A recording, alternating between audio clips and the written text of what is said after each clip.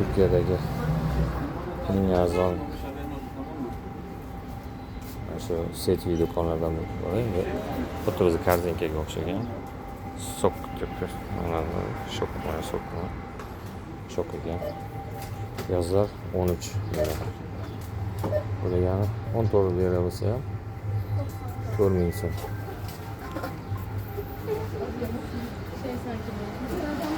Hozir bodringga biroz qimmat bo'lar ekan.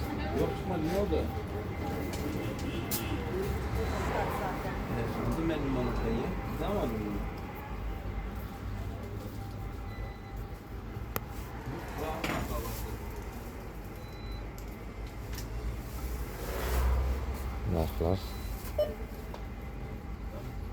Ba'zi bir narsalar narxi bizdan ko'ra arzonroq, ba'zi birlar bizdan qimmat.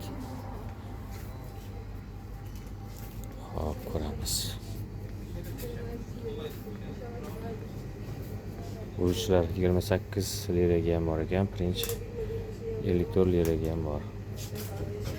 50 lirasi 8000 atrofida, bu 10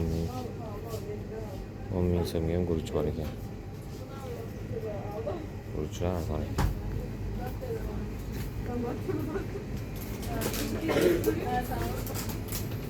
Aşkım süt hangi sütten alacaksın ya?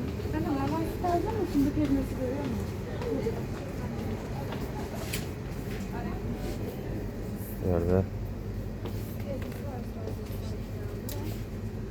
süt var. Coca-Cola'ning narxini ko'raylikchi. Bularda ham o'sha do'stim, go'zalim, chechagim degan yozuvlar bor ekan. 45 TL ekan 1 litri.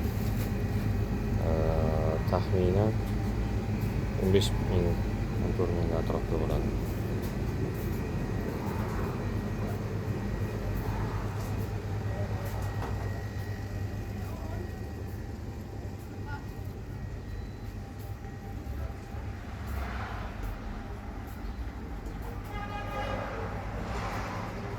Soklar 50 TL'dan 50 TL'si 18 ming so'm.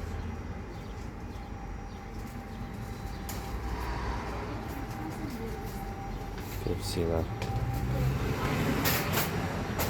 Crown Cola degan ham bor ekan. 7 ming so'm atrofida. Pepsi 38 TL.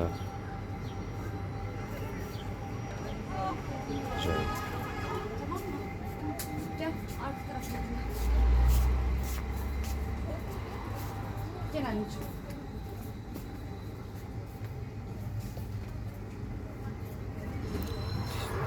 Suvlar 1,5 litre, 7,5 TL. 10 TL'si 3000 so'masi taxminan 2000 so'm atrofida. Juda arzon ekan. 3 TLga ham bor ekan. 3 TL'si 1000 so'm. Suvlar juda arzon ekan. Umuman bizni o'sha havasga o'xshagan do'kon bu. Shok deb yoziladi.